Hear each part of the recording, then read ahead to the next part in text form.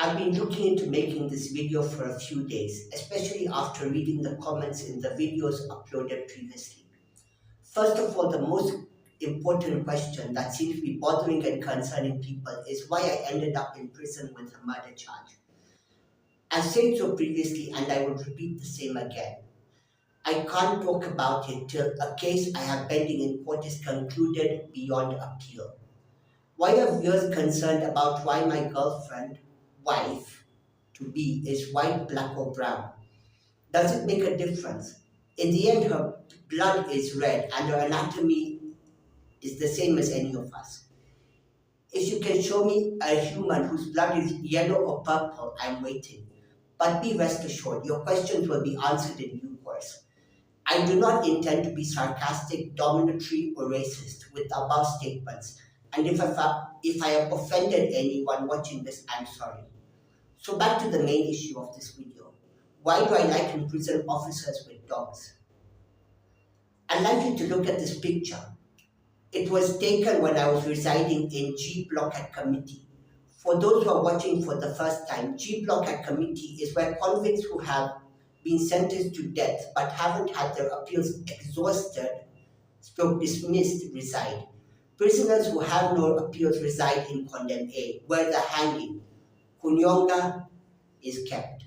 So here we have an officer eating a prisoner's ration of meat, totally oblivious to me taking a photo.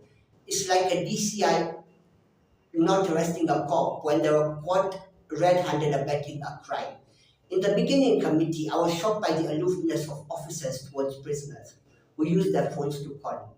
The authorities have the resources to eliminate the disease of prisoners calling innocent Kenyans, but they don't. Why? It's not like the authorities don't know what is going inside the prison. In terms of calling, heck, the majority of officers go around looking for money for food to eat from prisoners. This is the same as a security expert giving out passwords in the corporate world. I don't expect anyone to truly understand and comprehend this, but how would you respond to having your guardian encouraging you to steal stroke call? That they are on duty, so don't worry, biashara iendelee. An officer, Corporal Stephen Muremi, used to smuggle in SIM cards for inmates under his kofia hat because officers do not take them off when being searched when entering the prison. Unfortunately or fortunately, one day his beret, kofia, fell off his head, under which he had hidden SIM cards and was caught red-handed. I'm not going to go in depth into the Chapter 90 laws of Kenya that govern Kenyan prisons. But according to the law, he should have been interdicted immediately and charged with smuggling contraband to a prisoner and various other offenses. Guess what happened? He was ordered not to enter the inner proximity of the prison where he'd have no one-on-one interaction with prisoners. I've seen this before and I'll say it again. Majority of present prison officers are failures. As common 190, would you like a form for failure to have authority over a convicted criminal? The officers couldn't prove their worth in school. Do they deserve to guard criminals? When I first entered prison, I was slapped by a chief inspector of prisons, also called the commissioned officer too, because he couldn't understand my English. Imagine walking into a police station and meeting an OCS who doesn't speak English, the second language of Kenya. Officers who hold the position of officer in charge, the head of a prison, always the superintendent of prisons or above, are the most corrupt in my opinion. They do not go around looking for money for food like NCOs, non-commissioned officers. Rather, they eat whole meals meant for prisoners. Hypothetically speaking, if an officer in charge were to reduce food rations by a bag of beans, mesra, ugali, and sugar daily, that would be 27,000 shillings daily.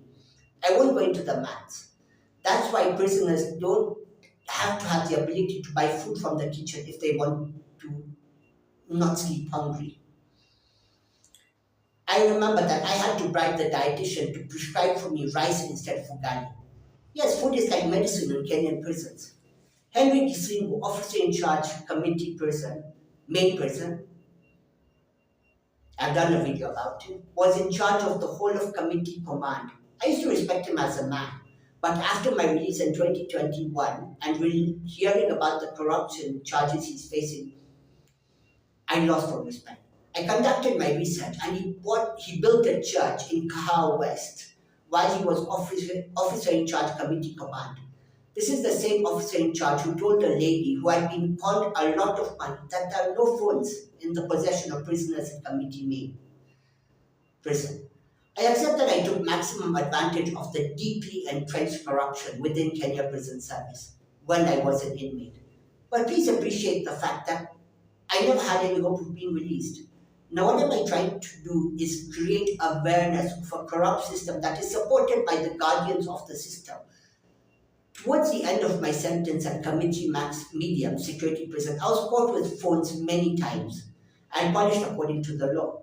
Whenever an inmate is found in possession of contraband, the inmate along with the contraband are taken to the duty office in handcuffs. Not like you're going to escape. With tight security like the prisoner is going to escape, to be tried by a single judge, jury and executioner. No appeal is allowed.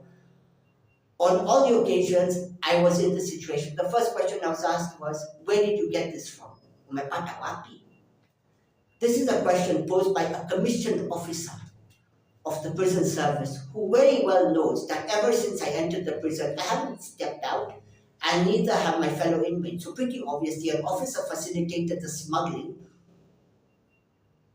whom I never squealed on, apart from towards the end of my sentence. I was caught with the phone and taken to the duty office and asked where I got the phone from. This time I told the duty officer, Chief Inspector Mugambi, the name of the officer who had done so. Nothing happened. I was put in a solitary cell for 3 days. The officer came to see me at night. I spoke to my girlfriend through his phone. He also brought me coca, cigarettes to while away the time. One last situation I'd like to share. If you have been watching my videos, you'll know that I got a diploma in law while in prison.